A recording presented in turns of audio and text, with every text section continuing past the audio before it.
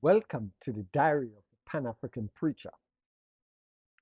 There is an African proverb that says, when there is no enemy within, the enemies outside cannot hurt you. Sudan today is not merely a nation at war, it is a parable of our time. And yet, the world refuses to read it. We are told of wars in the Middle East, of global tensions that threaten oil routes and imperial interests. But Sudan is the other Middle East war, not because of geography, but because of its entanglement in the ambitions of external powers.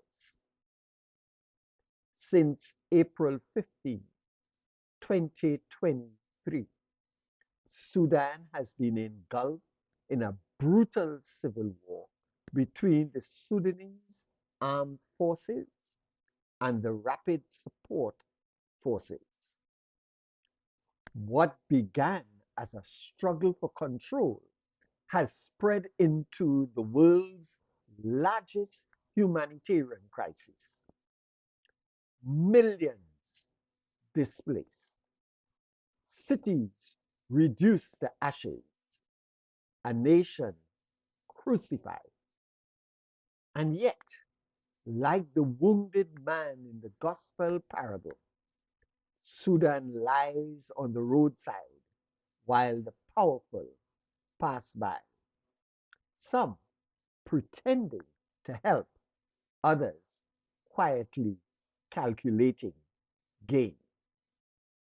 Consider the recent Sudan conference in Berlin on April the 15th. It was not the Berlin Conference of 1884-85, where Africa was carved like a carcass among empires. No, no maps were redrawn this time. No rulers etched borders across the continent. And yet, the spirit of that conference lingers. For what is a gathering of foreign powers deliberating over African destiny without African agency, if not a modern echo of imperial habit? The conference failed to produce a joint communique, no unified voice, no decisive path forward, only the familiar silence dressed as diplomacy. Meanwhile, external actors remain deeply entangled.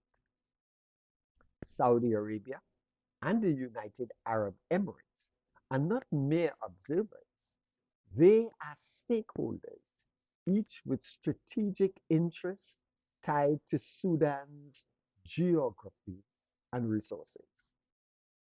The United States, too, plays its part, publicly advocating peace while navigating its own geopolitical calculus. Sudan becomes a theater, not of its own making, but of others' ambitions. This is why I call it the other Middle East war.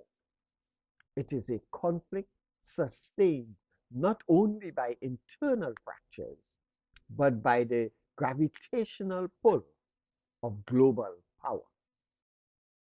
Sudan is not peripheral, it is central to a wider contest over influence, trade routes, and ideological alignment. Where then is theology in all this? It is in the moral indictment. It is in the question, what does it profit the world to negotiate endlessly while a nation perishes? The prophets of old spoke against kingdoms that devoured the weak. Today, Sudan stands as that prophetic warning. Africa must refuse to be a perpetual subject of conferences and conflicts authored elsewhere. The lesson is not merely political, it is spiritual. Liberation will not come from Berlin nor from distant capitals, but from a reclaimed agency rooted in justice. Sudan is bleeding.